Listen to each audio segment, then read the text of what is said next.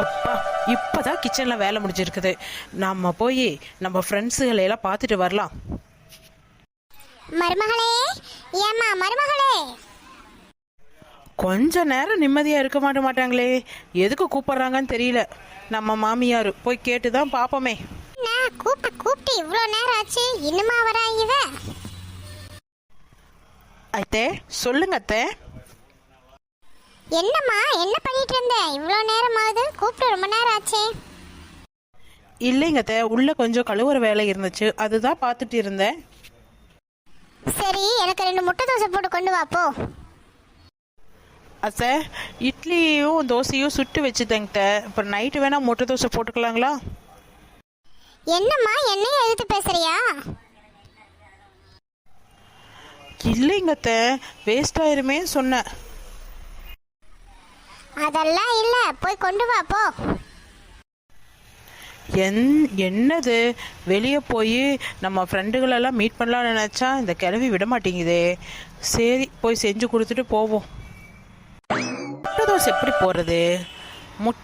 தோசையை முதல்ல ஊற்றிட்டு முட்டையை மேலே வச்சு கொடுத்துடலாமா? எப்படி போடுறதுன்னு தெரியல. நம்ம வேற செஞ்சுட்டு வரேன்னு வேற சொல்லிட்டோமே. சரி, தெரிஞ்ச மாதிரி செஞ்சு கொண்டு போய் கொடுப்போம். ஓகே, இப்படி பண்ணால் கரெக்டாக இருக்கும். சரி, எடுத்துகிட்டு போகலாம்.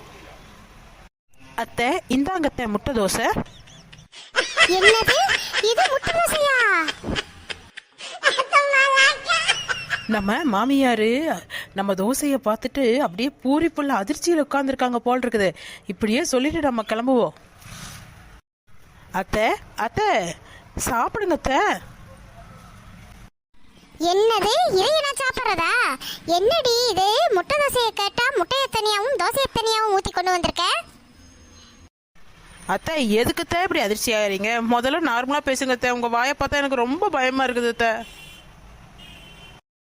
ஏன்டி இப்படி ஊற்றி கொண்டு வந்திருக்கிற? உனக்கு முட்டை தோசை ஊற்ற தெரியுமா தெரியாதா? தோசையெல்லாம் ஊற்ற தெரியும் த. முட்டை தோசைன்னு கேட்டீங்களா, அதனால தான் முழு முட்டையை உள்ளே வச்சு அது சுற்றியும் தோசை ஊற்றி அழுங்காமல் உங்களுக்காக எடுத்துகிட்டு வந்து கொடுத்தா. நீங்கள் இப்படி சொல்கிறீங்களே த. இருக்கட்டும்டி, இரு, என் பையன் வரட்டும். அத்தை, நீங்கள் இப்படியே மெதுவாக சாப்பிட்டுட்டு இருங்க. நான் என் ஃப்ரெண்டுகளெல்லாம் போய் மீட் பண்ணிட்டு வரேன். பாய். அடியே இல்லடி, என்னது இவ, தோசை ஊற்ற தெரியுமா இல்லை நம்ம கிட்ட போய் சொல்லிட்டு போறாளா? இருக்கட்டும், பையன் வரட்டும், அப்புறம் பேசிக்கலாம். அக்கா நில்லுக்கா, எங்கக்கா போயிட்டு இருக்கிற? ரொம்ப நாள் கழிச்சு நம்ம ஊர்ல மழை பெஞ்சிருக்குதல்லடி, அதனால தான் பிள்ளைங்க ஆசையா பஜ்ஜி கேட்டாளுங்க. சரி, கடைக்கு போய் கடலமா வாங்கிட்டு அப்படியே பஜ்ஜி சுட்டு கொடுக்கலாம் தான் போயிட்டு இருக்கிறேன். அடடே, வா நெட்டவள்ளி. என்னக்கா 2 பேரும் பேசிட்டு நின்றுட்டு இருக்கீங்க? நான் வரது கூட தெரியாம. இல்ல நெட்டவள்ளி, பிள்ளைங்க பஜ்ஜி கேட்டாங்களா, தான் பஜ்ஜி மாவு வாங்க கடைக்கு போகலான்னு இப்படியே வந்தேன். அப்படியேவும் நம்ம ஒத்த ரோசாவை பார்த்தோன்னா அதெல்லாம் நின்று பேசிட்டு இருக்கேன். நானும் சும்மா பக்கம் நல்லா காற்று நல்லா வீசுது, அதான் ஒரு ரவுண்ட் வாக்கிங் போயிட்டு வரலாமேன்னு வந்தேன் நெட்டவள்ளி. என்ன நெட்டவள்ளி இந்த பக்கம்? உங்கள் 2 பேரையும் பார்த்து பேசிட்டு போனால் மனசுக்கு ரொம்ப ஆறுதலாக இருக்குமேன்னு வந்தேங்க்கா. அப்படியெல்லாம் நெட்டவள்ளி உனக்கு கவலை? நீ இங்கே 2 பேரும் தான், மாமியாரும் மருமகளும், சாப்பிட்டு பேசாமல் இருக்க வேண்டியதானே?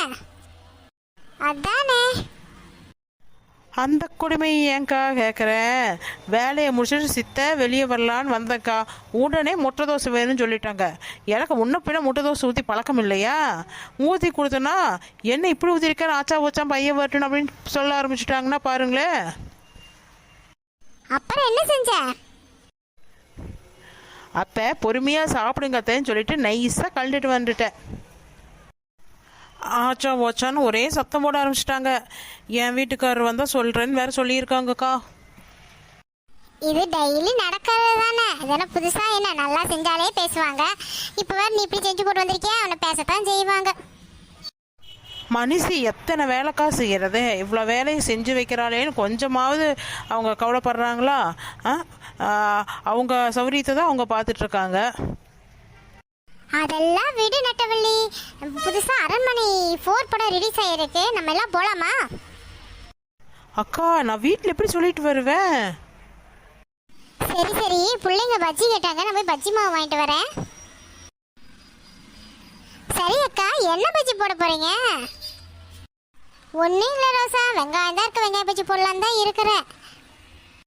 அக்கா, வெள்ளையம்மா தோட்டத்தில் குண்டு குண்டா குடமிளகா பார்த்தாங்க்கா. உருளைக்கிழங்கு வேறு பயிரிட்டு இருக்குது. போய் 2 நாள் பறிச்சுட்டு வந்து போட்டால் சூப்பராக இருக்குமில்லக்கா. ஆமாக்கா, அப்படியே எங்களுக்கும் 2 பீஸ் கொடுத்துருங்க. அடி போங்கடி. அந்த அம்மா தோட்டத்தில் மேலே கையை வச்சோம்னா ஊரே கேட்குற மாதிரி கத்தி ஆர்ப்பாட்டம் பண்ணிடுமே. அட ஒன்றும் பயப்படாதீங்கக்கா, போய் அழுங்காமல் போய் பொரிச்சிட்டு வருவோம். இன்னும் ஒரு 5-6 பீஸ் பொரிக்கிறதுக்கு எத்தனை மணி நேரம் ஆக போகுது? வாங்க போகலாம். சரி சரி வா போவோம். நல்ல மிளகாயி உருளைக்கிழங்கு நல்லா விளைஞ்சி வந்து இருக்குது. நாளைக்கு ஆளுகளை பிடிச்சி அறுவடை பண்ணிடணுமாப்பா. எவளாவது பார்த்தாளுங்கன்னா கொத்தோடு அள்ளிட்டு போயிடுவளவு போட்டிருக்குதே. எவகன்னும் படக்கூடாது. நைட்டு வந்து சுற்றி போடுவோம் செடிகளுக்கெல்லாம். சரி, எவளாவது வந்தாலும் வந்துடுவாளுங்க. நம்ம போய் அங்கே உட்காருவோம். அப்போ தான் வந்துட்டு எவ வரா போகிறான்னு கண்காணிக்க முடியும். இருக்கு, உட்காந்துக்கலாம். ஏக்கா, கிழவிக்கு குசும்ப செடிக்கு கண்ணு போட்டு போகுதுன்னு சொல்லி சுற்றி போட போகுதாமாக்கா. ஆமாடி, நினைக்க நினைக்க எனக்கே சிரிப்பா வருது. சரி சரி வாங்க, அந்த கிழவி பார்க்கறக்குள்ள எல்லாம் கொஞ்சம் பொரிச்சுக்குவோம். ஆஹா, அழகழகா கச்சிருக்குதே. இதில் பஜ்ஜி போட்டு சாப்பிட்டா சூப்பராக இருக்கும். ஒத்தரோசா, நெட்டவள்ளி. ஆமாக்கா, ஆமாம். சரி சரி சீக்கிரம் பறிங்க. என்னது, செடிகள்லாம் அசைகிற மாதிரி சவுண்டு கேட்குதே. என்ன சவுண்டுன்னு வேற தெரியல.